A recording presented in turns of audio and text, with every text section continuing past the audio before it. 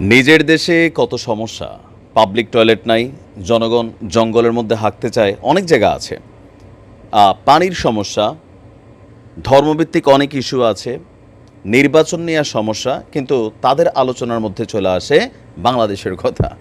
মানে এই দুইটা দেশের অ্যাক্টিভিটিস দেখলে মনে হয় যে তারা হচ্ছে বাংলাদেশের অলিখিত গার্জিয়ান। ইভেন তারা সিদ্ধান্ত নেবে কিভাবে বাংলাদেশকে স্থিতিশীল করা যায়। তো আমাদের দেশের যে সরকাররা আছেন বা আমাদের যে ডিপার্টমেন্টগুলো আছে, আমাদের রাজনৈতিক দলগুলো আছে, তারা বৈশ্য বৈশ্য কি ঘোড়ার ঘাস কাটে? অবশ্য দোষটা তাদের না, মানে বিদেশিদের না, দোষটা হচ্ছে আমাদের দলগুলোরই। যখন ক্ষমতায় তারা না থাকে, এই যে দেখেন আওয়ামী লীগ এখন লবিং শুরু করছে ইউরোপীয় ইউনিয়ন, আমেরিকার নজর আনার জন্য, জাতিসংঘের এই খেলাটাই গেল 5 তারিখের আগ পর্যন্ত করেছে বিএনপি বা জামাতের যারা নেতা নেত্রীরা আছেন। এই সমস্যাটা ওইখান থেকে শুরু হয়েছে। যাই হোক, মার্কিন প্রেসিডেন্ট জো বাইডেনের সাথে ভারতের প্রধানমন্ত্রী নরেন্দ্র মোদীর একটা বৈঠক হয়েছে। সেই বৈঠকে বিভিন্ন আলোচনার মাঝখানে প্রধান একটা আলোচনার ইস্যু ছিল বাংলাদেশ।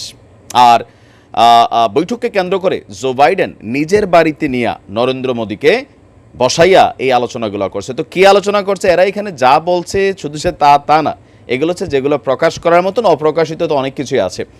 ইন্ডিয়ান এক্সপ্রেসের এক প্রতিবেদনে বলেছে বাংলাদেশে দ্রুত স্বাভাবিক অবস্থা ফিরিয়ে আনার উপর গুরুত্বারোপ করেছেন বিশ্বের এই দুই নেতা।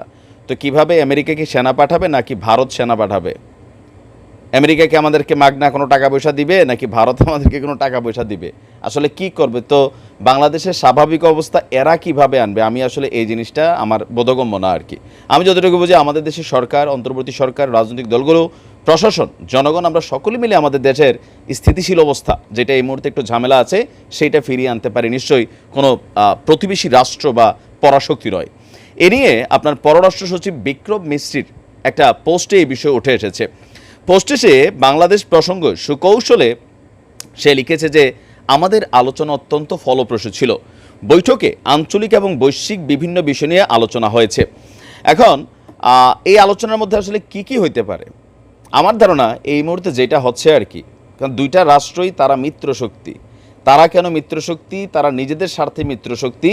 এখানে স্বার্থটা হচ্ছে চীন, আবার একটা স্বার্থ হচ্ছে রাশিয়া। তো এই ইস্যুটাকে কেন্দ্র করেই দীর্ঘদিন যাবৎ ভারত এবং আমেরিকা, তাদের প্রধান যে হুমকি একটা রাষ্ট্র চীনের ইস্যুতে, ধরেন তারা একটা জোট বাঁধা চলছে। আর আমেরিকা তাদের ইতিহাসে ভারত সরকারের জন্য তাদের আইনও পরিবর্তন করে রাশিয়া ইউক্রেন যুদ্ধের মধ্যে ভারতকে তেল কেনার সুযোগ দিছে। আবার এই তেল চোরাই পথে আমেরিকায় কিন্তু নিয়ে যাচ্ছে। ইভেন মানে এখানে নানান আলোচনা চলে। তো এদের যে আলোচনা, সেই আলোচনার মধ্যে আমার ঘুণাক্ষরও বিশ্বাস হয় না যে কোনো পজিটিভ আলোচনা বাংলাদেশ নিয়ে হতে পারে। কারণ আমেরিকার সিনেটরদের চিঠি দেখেন, আমেরিকার বর্তমান যে অবস্থানটা দেখেন, তারা তাদের বাণিজ্যিক স্বার্থ, ব্যবসায়িক স্বার্থ এবং কি মোরলিপানা স্বার্থ। কয়েকদিন আগে ইউএস নেভাল থেকে একটা প্রতিবেদন আসছিল যে তারা আপনার বাংলাদেশে একটা নৌ সামরিক ঘাঁটি করতে চায়। এটা কিন্তু তাদের একটা জার্নাল থেকে আসছে, তাই না? তো তাদের মধ্যে কিন্তু এগুলাই ঘুরে যে কেমনে বাটে ফালাইয়া চিপায় ফালাইয়া বাংলাদেশের এই সরকার যেহেতু একটু দুর্বল সরকার, রাইট না, ওই সরকারটা অনেক দুর্বলই, এটা প্রমাণিত। তো এখানে কোনো কিছু করা যায় কিনা।